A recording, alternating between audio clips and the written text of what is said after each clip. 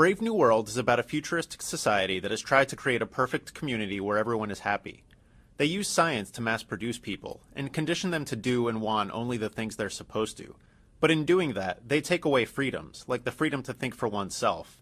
The few characters we see who do think for themselves aren't happy, so the novel poses a question. Is it better to be happy or free?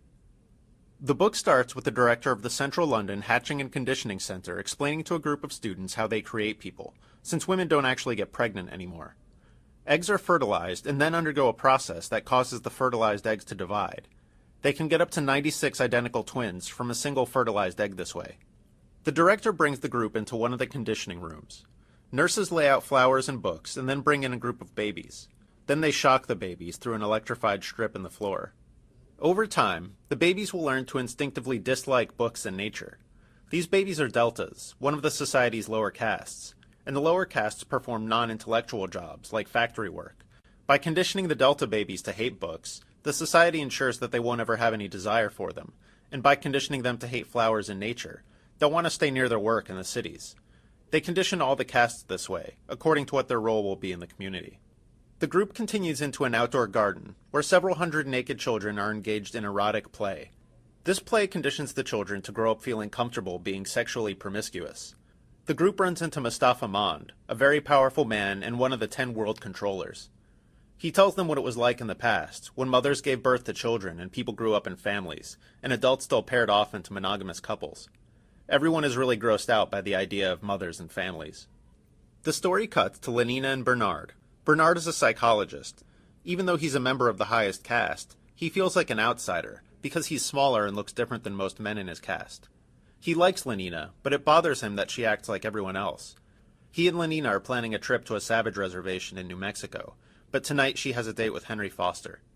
Lenina leaves for her date, and a man named Benito Hoover walks over and talks about how attractive Lenina is. Bernard gets annoyed, so Benito offers him Soma, which is a drug that everyone takes to feel happy and kind of stoned. Bernard just turns and walks away. Bernard picks up his friend, Helmholtz Watson. Helmholtz feels he has something important inside him that he wants to let out through his writing, but he doesn't know what it is or how to write it. Bernard and Helmholtz both feel like they're different. This shared sense of being different creates a bond between them. That night, Bernard attends Solidarity Service, which is kind of like church. All the people sing hymns together and praise their prophet and await the coming of a greater being. The prophet they're praising is Henry Ford, who introduced the assembly line and revolutionized mass production. And they all take Soma to feel like they're dissolving into one unified whole. Finally, they break out into dance, then dim the lights and have an orgy, while a voice has a refrain that begins with the phrase, "Orgy porgy." Lenina remembers the first time she and Bernard went out together. He stopped their helicopter over the English Channel to watch the waves below. He said the sea made him feel like he was an individual. Lenina felt shocked and angry with him, so Bernard gave up and took her back to his apartment, where they took Soma and had sex. Bernard goes to the director of the Hatching and Conditioning Center to get permission to visit the Savage Reservation in New Mexico. The director gets upset, and he tells Bernard about his own trip to the reservation many years earlier. He went with a woman, and on the last day of their trip, they rode horses up a mountain. After lunch, he took a nap, and when he woke up, she was gone. A terrible thunderstorm broke out, and the lightning scared the horses. He hurt his knee trying to catch them, but they ran off. The next day, they searched for the woman, but she was never found. He ends the meeting by telling Bernard he's very unhappy with Bernard's behavior, and threatens to relocate him to Iceland. Bernard and Lenina go to the Savage Reservation, and witness a ritual where a young man must remain silent while he's whipped. The square empties out, and a young savage approaches Bernard and Lenina. Unlike the others, he's white, and he speaks English. This savage, whose name is John, wanted to be whipped, to prove he's a man and to sacrifice his body for the village. He explains that his mother, Linda, wasn't from the reservation. She had been visiting with a man, and while on a walk in the mountains, she fell down a ravine and hit her head. Some hunters from the village found her and carried her back. She was already pregnant with John, who was born and raised in the village. Bernard remembers the director's story. John takes them to see his mother. She's thrilled to see civilized people and tells them how awful it is on the reservation, with the women having babies all the time, and the people pair off into couples and only have sex with that person. Outside, John tells Bernard about his childhood in the village. His mother often got drunk and slept with a man named Popé. John hated him. and he remembers the time when some of the village women held his mother down and whipped her because she kept sleeping with their husbands. But Linda taught John to read, and one day Pope brought him a copy of the complete works of Shakespeare. John read the book all the time because he loved the language and to deal with his loneliness.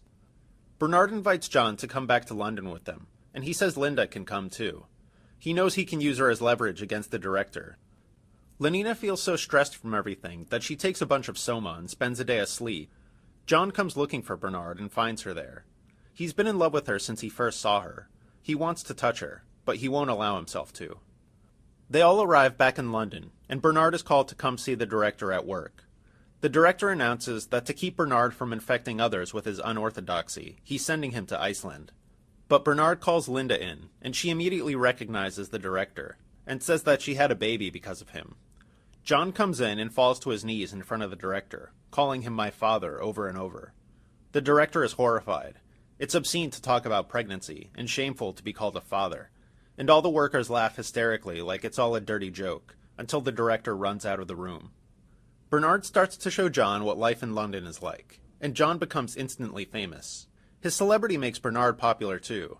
Linda, meanwhile, does nothing but lie in bed and take soma. One evening, Lenina takes John to the Feelies, which are like movies that engage all the senses, so you can actually feel and smell what's happening. The Feely involves a lot of casual sex, and afterward, they go back to Lenina's apartment. But John is unhappy. He leaves, and Lenina still can't understand why he won't sleep with her.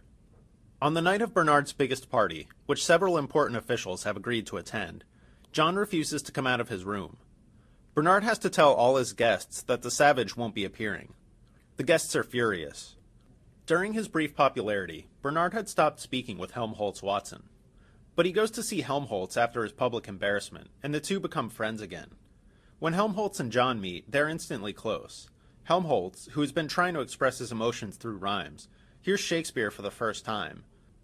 John's refusal to sleep with Lenina has Lenina thinking of him constantly. Finally, she decides to act and goes to his apartment. She marches in, and when John mentions marriage, she's horrified.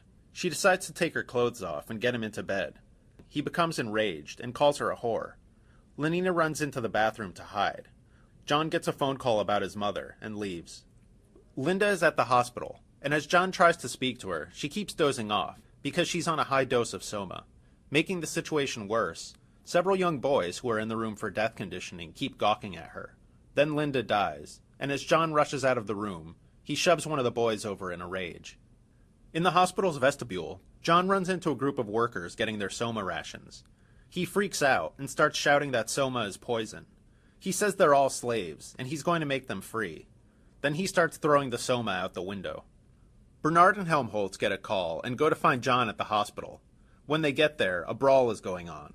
Helmholtz jumps in to help John, while Bernard basically can't decide what to do. John, Bernard, and Helmholtz are brought to Mustafa Mond, who explains to them why old things like Shakespeare are prohibited. First, society needs people to want new things, not old ones. People have to keep buying and consuming for the sake of the economy. You also can't write or understand tragedies without social instability, and social instability no longer exists. They've made everyone happy, and engineered a perfect society where everyone plays a role exactly suited to their desires and abilities. Mond says sometimes people don't fit in their roles. He was one of those people. He had the choice of being sent away to an island or joining a program to become a world controller. Bernard and Helmholtz are going to be sent to islands with other people who don't fit in. Bernard freaks out and is escorted from the room. Helmholtz goes to check on him, and Mond and John keep talking. Mond says they've also gotten rid of God. God and religion are only compatible with a society where people get old and suffer losses. God and religion also lead to self-denial. But modern industrial civilization only works when people indulge every desire. It keeps people buying things, and it keeps them from ever feeling any real passion or frustration, which can lead to instability. When they do feel something, they have soma to keep them happy. John says he doesn't like it. He would rather be free to suffer losses, get sick, and grow old. So Bernard and Helmholtz are sent to different islands, and John goes to live in a deserted lighthouse in the countryside. He enjoys living alone, but he thinks he enjoys it too much, so he whips himself as punishment. Crowds and reporters start turning up at the lighthouse, demanding that the savage do his whipping stunt. Eventually, a huge crowd appears, and they end up beating one another in front of John's house while chanting Orgy Porgy. When John wakes up the next day, he remembers everything and feels horrified. When the crowd comes back that night, they find him hanging. For more information about Brave New World, check out the Brave New World SparkNote at sparknotes.com.